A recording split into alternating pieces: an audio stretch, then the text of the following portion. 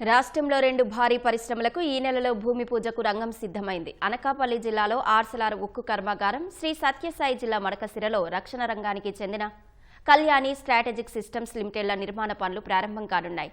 ఈ సంస్థలు 2 దశల్లో కలిపి 1,37,400 కోట్ల పెట్టుబడులు పెట్టనున్నాయి.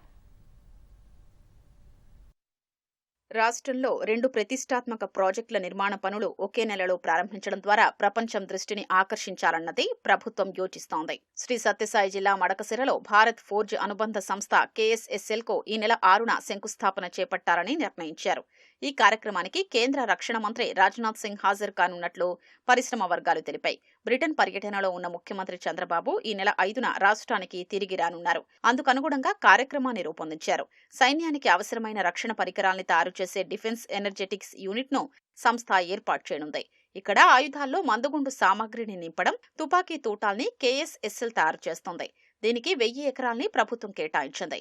మొదటి దశలో 1000 కోట్లు, రెండో దశలో 1,400 కోట్లు పెట్టుబడిగా పెట్టనుంది. రక్షణ రంగానికి అవసరమైన ఆయుధ సామాగ్రి తయారీ, పరీక్షించే యూనిట్ ను ఏర్పాటు చేయనుంది. ఇందుకు మరో 500 ఎకరాలు ఇచ్చేందుకు రాష్ట్ర ప్రభుత్వం అంగీకరించింది.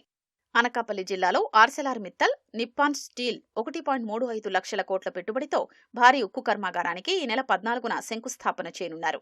ఈ కార్యక్రమానికి కేంద్ర వాణిజ్య శాఖ మంత్రి పీయూష్ గోయల్ హాజరవుతారని అధికారులు తెలిపారు. ఈ నెల 14, 15న విశాఖలో నిర్వహించే భాగస్వామ్య సదస్సుకు కేంద్రం తరపున ఆయన రానున్నారు.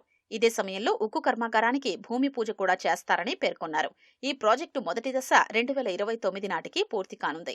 ఇక్కడ ఏటా 8.2 మిలియన్ టన్నుల ఉత్పత్తి సామర్థ్యంతో యూనిట్ అందుబాటులోకి వస్తుంది. రెండో దశను 2033 నాటికి పూర్తి చేయాలన్నది సంస్థ లక్ష్యం. ఉత్పత్తుల్ని ఎగుమతి చేసేందుకు సొంతంగా పోర్టును సంస్థ నిర్మించనుంది.